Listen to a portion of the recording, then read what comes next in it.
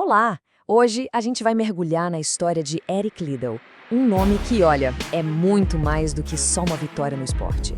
É uma história sobre convicção, sobre sacrifício e sobre um legado que vai muito, mas muito além das pistas de corrida. E para começar essa conversa, vamos com uma pergunta que é central para entender tudo. O que pode valer mais do que a glória máxima para um atleta? Para Eric Liddell, a resposta para essa pergunta foi o que definiu a vida inteira dele. Então, quem era esse tal de Eric Liddell? Para a gente ter uma ideia do tamanho da decisão que ele tomou, a gente precisa primeiro conhecer o homem por trás da lenda. Ele não era só mais um corredor. Para a Escócia, ele era um verdadeiro herói. E olha, essa descrição aqui não é nenhum exagero, viu? Ele era o orgulho de uma nação inteira.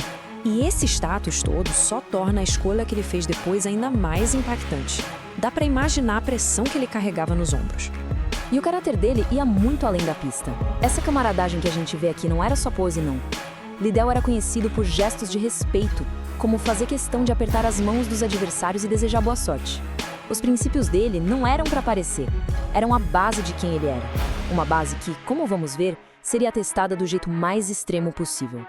E agora, a gente avança para o momento que definiu o legado dele, o grande conflito da sua história. Foi quando as crenças mais profundas que ele tinha bateram de frente com as expectativas de um país inteiro, lá nas Olimpíadas de Paris, em 1924. O dilema está bem aqui, de forma clara. A corrida de 100 metros era a prova dele, sabe? Onde ele era uma estrela. Mas o calendário olímpico marcou a competição para um domingo, um dia que, por causa da fé dele, era guardado para descanso e adoração. Esse slide aqui resume perfeitamente o conflito dele. De um lado, o peso de uma nação, a bandeira, gente o acusando de traição. Do outro, uma fé silenciosa, mas inabalável. Para os oficiais, era uma questão de dever patriótico. Já para o Liddell, era uma questão de identidade. Uma coisa tão natural quanto respirar. Diante de tudo isso, a pergunta é inevitável, né? Parecia uma escolha impossível. Como é que se coloca na balança a lealdade ao seu país contra a lealdade a um princípio de fé tão fundamental assim? E aqui está o ponto de virada. Enquanto os oficiais britânicos ficaram horrorizados, para Liddell não tinha dilema nenhum. A escolha já estava feita. A resposta dele não foi um ato de rebeldia, mas uma declaração, um fato, comunicado com uma calma e uma convicção que não deixavam espaço para dúvida. Mas a história não termina aí, de jeito nenhum. Vamos ver agora como essa decisão abriu um caminho totalmente inesperado, um caminho que ninguém, nem o próprio Liddell, podia imaginar que levaria à glória. A solução que ele encontrou foi surpreendente. Ele simplesmente trocou a prova que ele dominava, os 100 metros, por uma prova para a qual ele não estava nem um pouco preparado, a corrida de 400 metros. O cenário não era nada bom.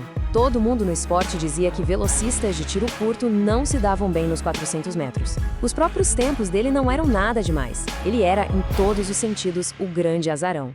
Então, naquela sexta-feira, 11 de julho de 1924, o resultado foi esse número. Apenas um número, mas um que mudou absolutamente tudo. 47,6 segundos.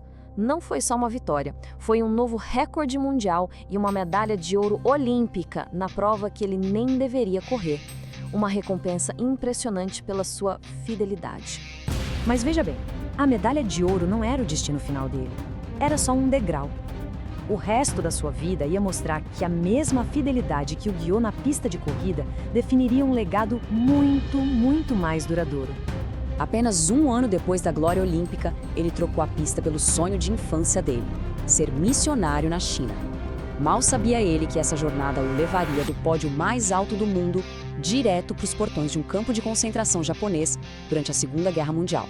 Mesmo nas piores circunstâncias possíveis, o caráter dele brilhou. Ele garantiu que sua família ficasse segura, mas ele mesmo ficou para trás. E lá, o mesmo homem que apertava as mãos dos adversários na pista, agora dedicava seus últimos anos a cuidar de outros prisioneiros, até falecer no campo, em 1945. E essa observação aqui sobre o impacto da história dele resume tudo, né? O que realmente marcou as gerações seguintes não foi a medalha de ouro, foi a força da convicção, a perseverança diante da pressão, fosse num estádio olímpico lotado ou num campo de prisioneiros. E assim, a história do Eric Liddell nos deixa com essa pergunta: o que realmente define um legado? É a medalha de ouro, o momento de glória que o mundo inteiro aplaude? Ou será que a fidelidade silenciosa e constante aos nossos valores, mesmo quando ninguém está olhando?